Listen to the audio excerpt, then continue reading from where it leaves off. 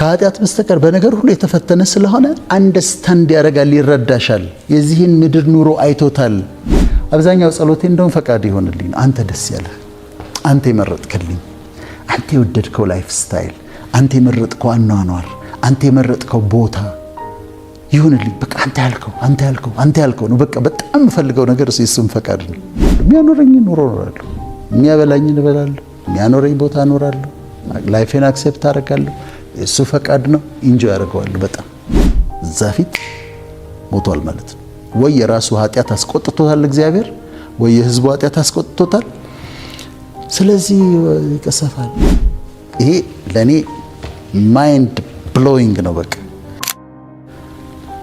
አሜሪካ ካንሳስ ነው ቴክሳስ፣ ካንሳስ ሲቲ ነው ቴክሳስ፣ ሂውስተን፣ ዳላስ ምናምን ያሉበት ኦስተን፣ ሂውስተን፣ እዛ አካባቢ አንድ የተፈጠረው ታሪክ ልንገርሽ። 3 ጓደኛሞች ናቸው። አንዱ በጸሎት ያምናል፣ ሁለቱ በጸሎት አያምኑ እና ቤት ሊገዙ ነው። እና ቤት ሲገዙ እሱ ይጸልያል። የቱ ጋር ልግዛ እግዚአብሔር ሆይ ምናምን እያለ ይጸልያል። ከዛ ሲጸልይ እነሱ አንዳንዱን ነገር እኮ በማይንድ ተጠቀም እንጂ ዩዝ ዩር ማይንድ፣ ሁሉ ነገር ጸልይ፣ ሁሉ ነገር የእግዚአብሔር ፈቃድ ስላለህ እንዴ ይሉታል። ሁሉ ነገር ዲት ነው። በቃ ቤቱን እናያለን፣ ቫልዩን ቼክ እናደርጋለን፣ እንገዛለን። እኔ ጸልዬ ነው አለ። ከዛ 3ቱም ቤት ገዙ። አንድ አይነት ቤት ነው የገዙት። የተለያየ ሰፈር ነው ግን የገዙት። ያ አንደኛው ጓደኛ እዛ ጋር ገዛ፣ አንደኛው እዛ ጋር ገዛ። ይሄ ደግሞ በነገር ሁሉ ጸልያለሁ የሚለው ደግሞ እዚህ ጋር ገዛ። ከዛ አንድ አይነት ቤት ነው ያገኙት። ይስ ያሉት ማይንድህን መጠቀም ነው። እንደውም ያንተስ የኛ ሰፈር እኮ ካንተ ይበልጣል ይሻላል አሉት። እኛ የገባንበት ሰፈር ልክ ነው፣ ግን በቃ እሱ የመረጠልኝን የገዛሁት አለ። ምንም ዲፍረንስ የለውም፣ ቤቱ አንድ አይነት ነው። አንዳንዴ ማይንድህን ብቻ ተጠቀም፣ ዝም ብለህ እንደው ምናምን አሉት። በአመቱ ይሄ የሚጸልየው ሰውዬ ጸልዮ የገዛው ጋር እዛ ሰፈር አንድ ካምፓኒ መጣ። ካምፓኒው መጣና ደብዳቤ ጻፉለት፣ ልናናግርህ እንፈልጋለን በጣም ብለው በትህትና። ከዛ ቢሮአቸው ጠሩት። ካምፓኒው ምንድነው? ነዳጅ የሚያወጣ ካምፓኒ ነው። ከዛ እኛ እንደዛ ነው የምንሰራው፣ ሪፋይነሪ ነው የምንሰራው፣ ነዳጅ ነው የምናወጣው። እና እያጠናን ነበር። መሬቱን ስናጠና አንተ ቤት ያለበት አካባቢ ከስር ነዳጅ አለ፣ ኦይል ክምችት አለ። እንትና እዛ አካባቢ እዛች ሰፈር እሱ ያለበት አካባቢ እና በቃ ፌቨር ልንጠይቅህ ነው የመጣ ነው። ምንድነው እሱ? ይሄን ቤት ትሰጠናለህ፣ እኛ አፍርሰነው እዛ አካባቢ እንትን ሪፋይነሪ እናወጣለን፣ ዘይት እናወጣለን። ለአንተ ከዚህ እኩል የሆነ ቤት ሌላ ቦታ እንሰጥሃለን። ከዚህኛው እኩል የሆነ ቤት ሌላ ቦታ እንሰጥሃለን። ከዛ በተጨማሪ ይሄን ቤት የገዛህበትን ዋጋ 10 እጥፍ ስጦታ እንሰጥሃለን አሉት። ቤቱን አዲስ ቤት ተመሳሳይ እንሰጥሃለን። ከዛ ይሄን የገዛህበትን ቤቱን የገዛህበትን ዋጋ 10 እጥፍ እንሰጥሃለን አሉት። ኢማጂን አሁን $100,000 ገዝቶት ከሆነ $1 ሚሊዮን እንሰጥሃለን፣ ሌላ ቤት ደግሞ እንሰጥሃለን አሉት። ጓደኞቹን አስቢያቸው። እውነት ነው፣ እኩል ነው ቤት የገዙት፣ እውነት ነው፣ አንድ አይነት ነው። የእሱ ግን ከስሩ ከቤቱ ስር ግን መሬቱ የሚፈለግ መሬት ነው። ተመሳሳይ ቤት ተሰጥቶት ያወጣውን 10 እጥፍ ተሰጥቶት ሰውየው ሀብታም ሆነ። ምረጥልኝ ማለት ጥሩ ነው። ምረጥልኝ፣ አንተ የመረጥከው ሴት ላግባ፣ እሷም ደግሞ አንተ የመረጥክልኝን ወንድ ላግባ። አሁን አንድ ሰው ምስኪን ትመስላለች፣ ሴቷ ለምሳሌ ምስኪን ትመስላለች። ከዛ ግን እግዚአብሔር የመረጠልኝ እሷን ነው ብሎ ያገባል። በአእምሮም አዎ ያመዛዝናል እንትን ይላል። ግን እሷ ውስጥ ሀብት አለ፣ ውስጧ የሚገርም ነገር አለ። ውስጧ ስታያት ምስኪን ነች፣ ግን ውስጧ ግን የሚመነዘር ብዙ ነገር አለ። ወይም እሱ ደግሞ ስታየው ምንም በቃ ሀብታም አይደለም፣ ምን አይደለም፣ ግን ውስጡ ግን ሀብት አለ፣ ነገ የሚመነዘር እግዚአብሔር የሚመነዝረውና ፈቃድህ ትሁንልኝ ማለት በጣም ጥሩ ነው። ማቹሪቲ ነው ወይ ማቹሪቲ፣ አሜሪካኖች ደግሞ በሌላ ነው፣ መብሰል ነው። የምናልፍባቸው መንገዶች ያበስሉናል። እኛ ፈቃደኞች ከሆነን የምናልፍባቸው እሳቶች ያበስሉናል። የምናልፍባቸው መከራዎች ያበስሉናል። ፍቅር ዩኒቨርሲቲ ትምህርት አያበስልሽ። አያበስልም። የኮሌጅ ትምህርት አያበስልም። ብዙ ስራ መስራትና ሀብት ማካበትም አያበስልሽም። ኢቭን መጽሐፍቶች በጣም ይረዱሻል፣ የተወሰነ ኮንትሪቢዩሽን አላቸው፣ ግን አያበስሉሽም። ላይፍ ነው የሚያበስለው። የምታልፊባት መንገድ ነች የምታበስለው፣ ወደ ማቹሪቲ የምታመጣሽ።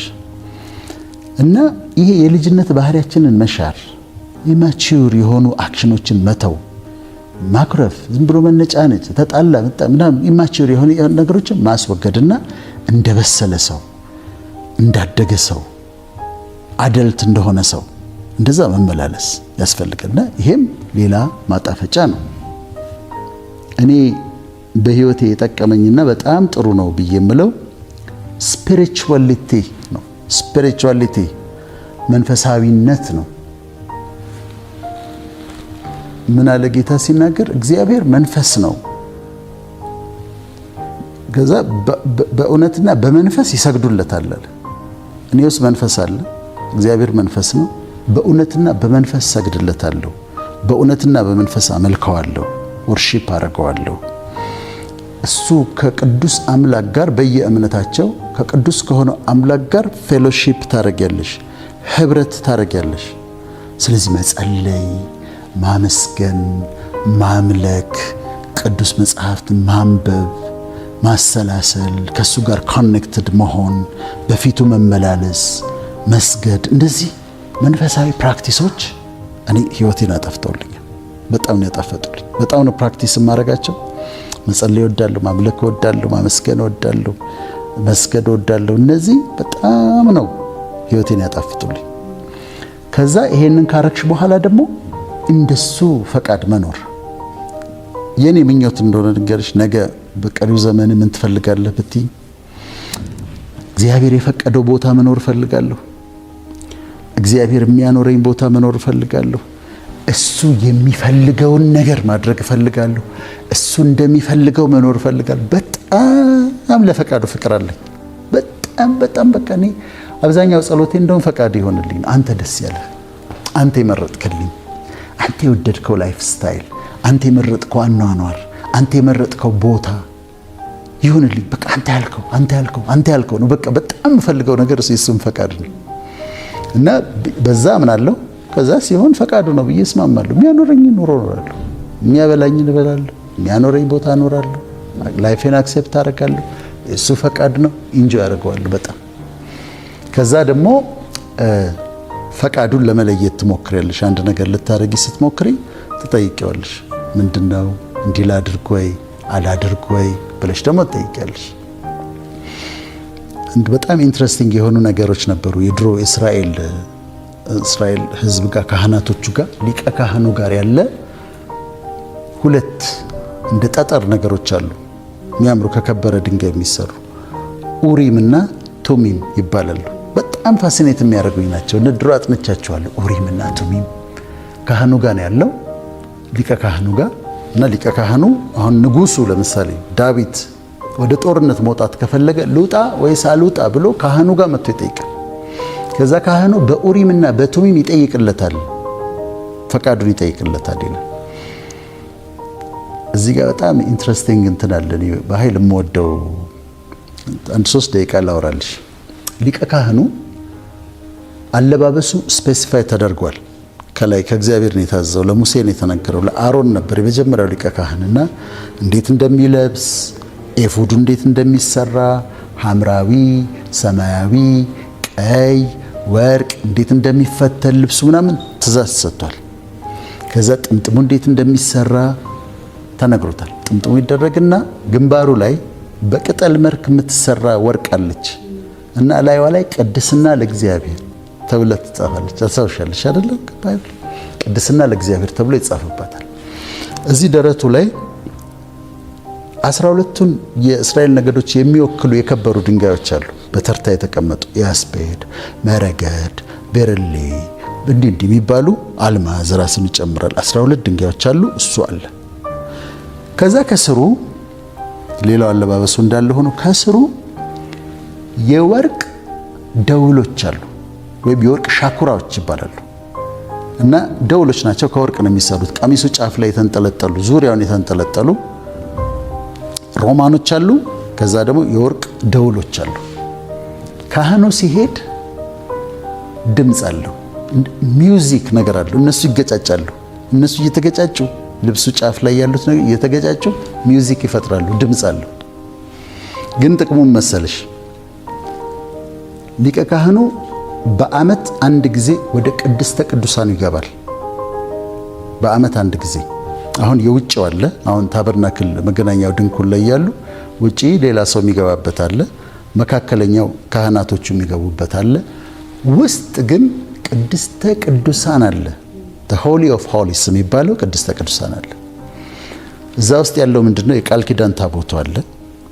ቃል ኪዳን ታቦቱ አለ። የወርቅ ማዕጠንት አለ። ወርቅ ዕጣን ማጠኛ አለ፣ ማዕጠንት አለ። ቃል ኪዳን ታቦት ውስጥ ሁለቱ ጽላቶች አሉ። በዛ ጊዜ ታበርናክል ውስጥ የለመለመችው የአሮን በትር አለች፣ እዛ ጋር አለች እና ቅድስተ ቅዱሳኑ አለ። ማንም መግባት አይችልም። ቃል ኪዳን ታቦቱ ያለበት ቦታ ነው። ሊቀ ካህኑ ግን በዓመት አንድ ጊዜ ይገባል። በዓመት አንድ ጊዜ ሲገባ ደም ሳይፈስ ስርየት የለምና ደም ይዞ ነው የሚገባው። ደም ይዞ ይገባል። ከዛ ስለ ራሱ ኃጢአትና ስለ ሕዝቡ ኃጢአት ንስሐ ይገባል፣ ያስተሰርያል። አሁን ሊቀ ካህኑ ገባ። ሲገባ ልክ አይሁዶች የራሳቸው ጽሑፎች አሉ። ታልሙድ ነው። ልክ እንደ ለሙስሊሞች ቁርአን፣ ለክርስቲያኖች መጽሐፍ ቅዱስ፣ የነሱ ደግሞ ታልሙድ ነው። ልክ ሙስሊሞች ከቁርአን ተጨማሪ ሐዲስ እንዳሏቸው፣ ክርስትና ደግሞ የተወሰኑት የራሳቸው ተጨማሪ ጽሑፍ እንዳላቸው፣ ከታልሙድ ደግሞ ተጨማሪ ያላቸው ጁዳይዝም እና እዛ ላይ ያለን የተጻፈና ተቀባይነት ያለው ነው። ይሄ ሊቀ ካህን ሊያስተሰሪ ሲገባ ምን ይደረጋል? አንድ እግሩ ላይ ገመድ ይታሰራል። ገመድ ይታሰራል አንድ እግሩ ላይ። ከዛ ይገባል። ገመዱ የሚታሰረው ምንድን ነው? ሊቀ ካህኑ ገብቶ ቅድስተ ቅዱሳን ገብቶ ታቦቱ ፊት ሲቆም የእግዚአብሔር ቁጣ ከነደደ ይቀሰፋል። ከተቀሰፈ ደግሞ ማውጣት ስለማይቻል ማንም ገብቶ ከቅድስተ ቅዱሳን ውስጥ የእሱን አስከሬን ማውጣት ስለማይቻል እግሩ ይታሰራል። ተጎትቶ ነው የሚወጣው። እንዴት እኮ የሚያስፈራ ነበር እኮ! በጣም ነው እኮ የሚያስፈራ። የብሉይ ኪዳን በጣም ከባድ ነው። ስለዚህ ሊቀ ካህኑ ደሙን ይዞ ይገባል። እግሩን ታስሮ ነው የገባው። አንድ እግሩ ላይ ገመድ አለ። ይገባል። እየፈራ ነው የሚገባው። ሊያስተሰርል ነው የሚገባው። ደም ይዞ ይገባል።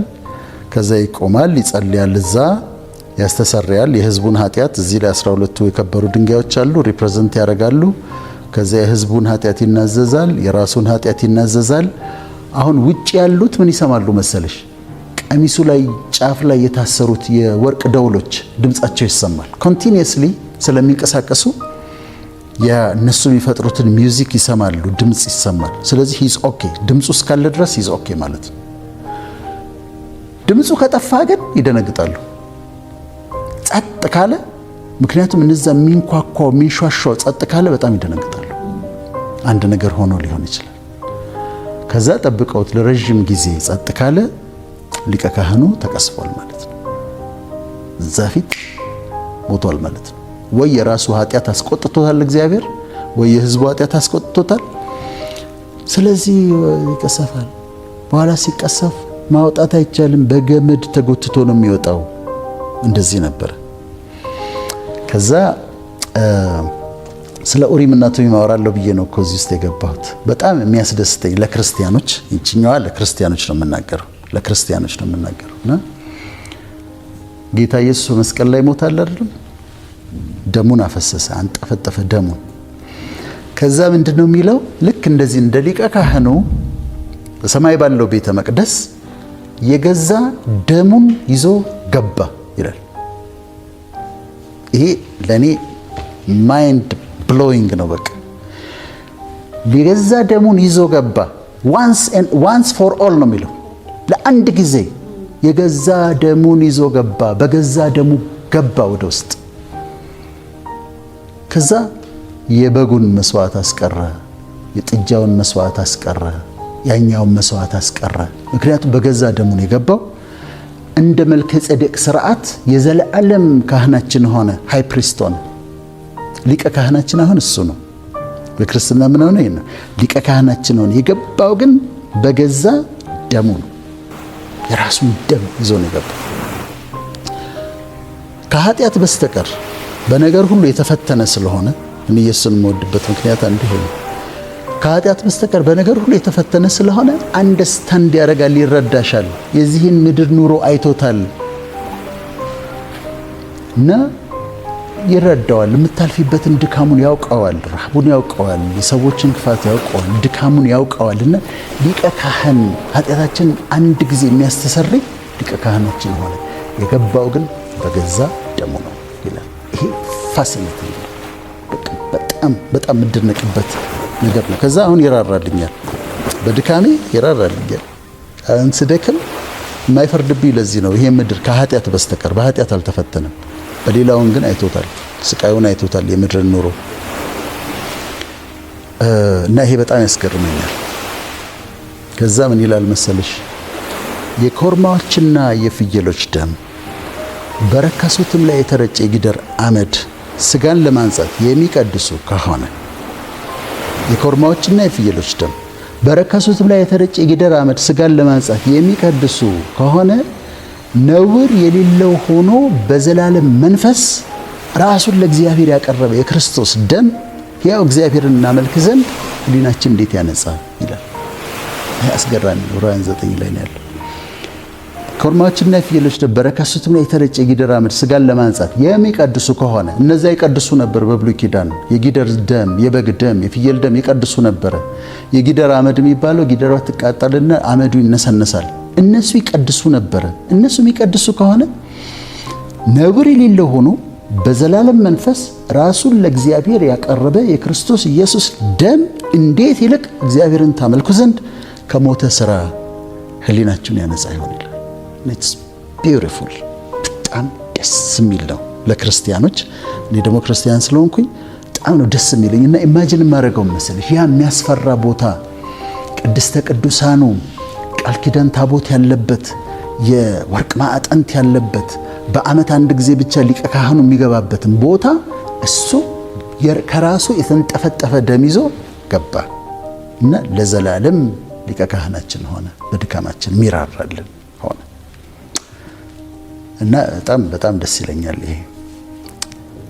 ስለዚህ አሁን ኡሪምና ቱሚምን ያነሳሁት ምንድነው? ፈቃዱን ማወቅ ስትፈልጊ እኔ አሁን ለምሳሌ የተለያዩ ነገሮችን ስናደርግ ፈቃዱን መጠየቅ አለብን ብዬ አምናለሁ። መንፈሳዊ ስፒሪቹዋሊቲን ከተቀበልን መጠየቅ አለብን። ፈቃድህ ነው ወይ ብሎ መጠየቅ አለብን። በሁሉም አቅጣጫ በሁሉም ህይወት። ከዛ አንድ ጊዜ ብለናል፣ ዕጣይን የምታጠና አንተ ነህ ይላል አይደለም? ስለዚህ ዕጣ እሱ እንዲያወጣልሽ ማድረግ። እነዚህ ማጣፈጫዎች ናቸው